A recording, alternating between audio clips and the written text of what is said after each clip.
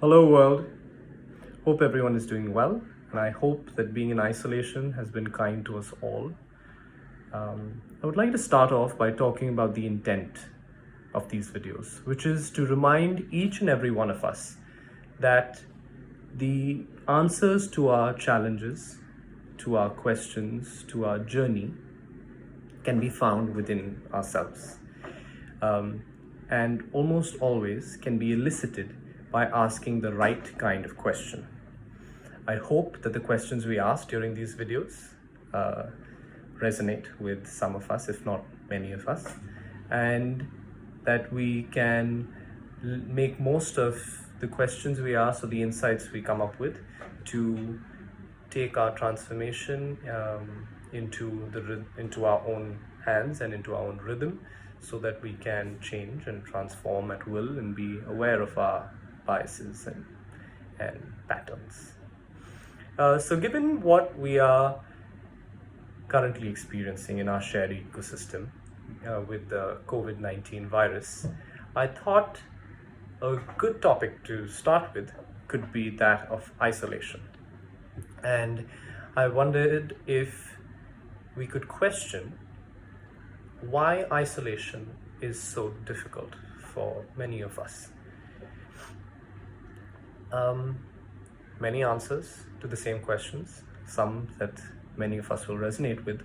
And the ones that came to mind were that we have somewhere along the line forgotten to connect with one another and with ourselves, which is what makes being isolated with one another and with ourselves so difficult, so daunting, almost a little bit scary and nerve-wracking. And if you think about it, we are better friends with our phones and our laptops than we are with ourselves. We spend more time with our phones and our laptops than we do with ourselves and with one another. Actually working on building a connection. Let's remember there's a difference between conversation and connection, but actually working on developing a connection. And what comes to light is that given what we are currently experiencing in our ecosystem, if we can leverage our time in isolation to reignite and or establish a connection with one another and with ourselves. One thing that works for me to establish a connection with people is that I emphasize on being able to listen.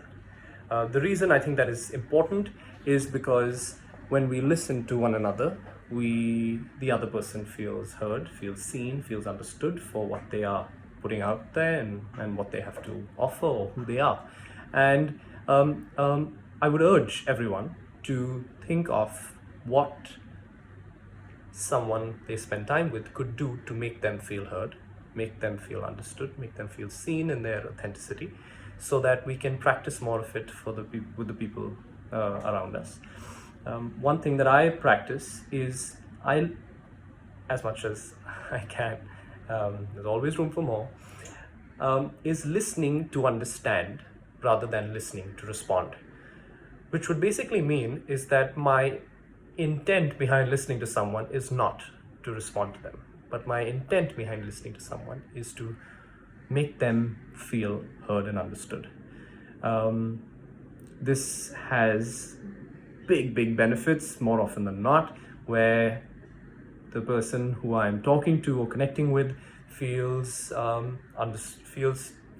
connected to me and feels appreciated and acknowledged. And there is nothing as valuable as that in a dynamic between two or more people.